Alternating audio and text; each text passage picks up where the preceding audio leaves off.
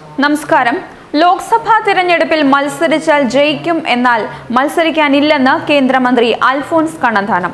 ലോക്സഭാ തിരഞ്ഞെടുപ്പിൽ മത്സരിക്കാൻ തനിക്ക് വ്യക്തിപരമായി താല്പര്യമില്ല, പക്ഷേ പാർട്ടി ആവശ്യപ്പെട്ടാൽ മത്സരിക്കുമെന്നാണ് അദ്ദേഹം പ്രതികരിച്ചിരിക്കുന്നത്. തന്റെ അയൽനാടായതിനാൽ താൻ പത്തനംതിട്ടയിൽ എപ്പോഴും ഉണ്ടാകുമെന്നും കണ്ണന്താനം കൂട്ടിച്ചേർക്കുന്നു.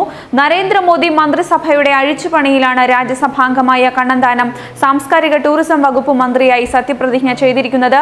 ഒ രാജഗോപാലിനു ശേഷം കേരളത്തിൽ നിന്ന് ബി.ജെ.പി മന്ത്രിസഭയിലെത്തുന്ന രണ്ടാമനാണ് ഇദ്ദേഹം.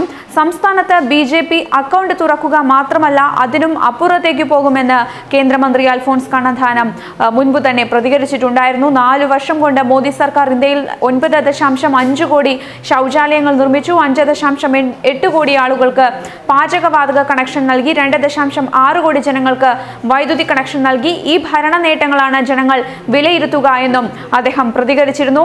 സർക്കാരിന്റെ ഭരണ നേട്ടങ്ങൾ ജനങ്ങളെ ബോധ്യപ്പെടുത്താനാവുന്നതാണ് രാജസ്ഥാനിലും മറ്റും പരാജയപ്പെടാൻ കാരണമെന്നും രാജസ്ഥാനിലും മധ്യപ്രദേശിലും വോട്ടിംഗ് ശതമാനത്തിൽ കുറവില്ല, ഛത്തീസ്ഗഡിൽ ജനങ്ങൾ മാറി ചിന്തിച്ചു എന്ന് വേണം കരുതാനെന്നും അദ്ദേഹം പ്രതികരിച്ചിരുന്നു. ശബരിമല യുവതീ പ്രവേശം വിശ്വാസത്തിന്റെ പ്രശ്നമാണ്. ഹർത്താൽ നടത്തിയത് ജനവികാരമറിഞ്ഞ് പാർട്ടി തീരുമാനിച്ചതാണെന്നും അൽഫോൺസ് കണ്ണന്താനം പ്രതികരിച്ചിട്ടുണ്ടായിരുന്നു.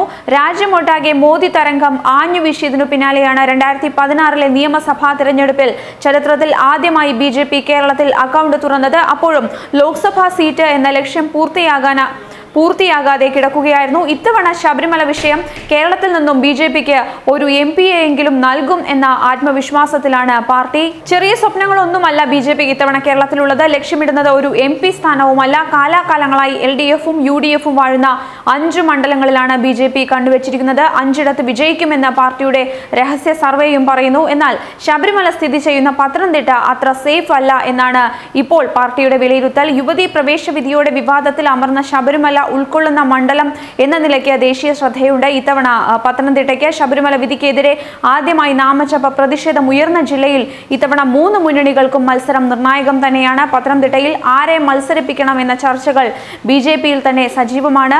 ഇവിടെ ആരെ നിർത്തുമെന്ന് ഇതുവരെ തീരുമാനമായിട്ടില്ല.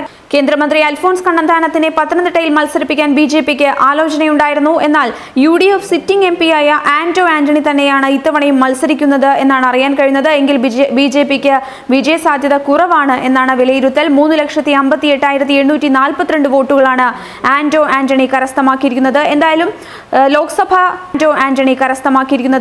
തിരഞ്ഞെടുപ്പിൽ മത്സരിച്ചാൽ ജയിക്കുമെന്നും എന്നാൽ മത്സരിക്കാനില്ല എന്നുമാണ് കേന്ദ്രമന്ത്രി അൽഫോൺസ് കണ്ണന്താനം ഇപ്പോൾ അദ്ദേഹത്തിന്റെ അഭിപ്രായം അറിയിച്ചിരിക്കുന്നത്.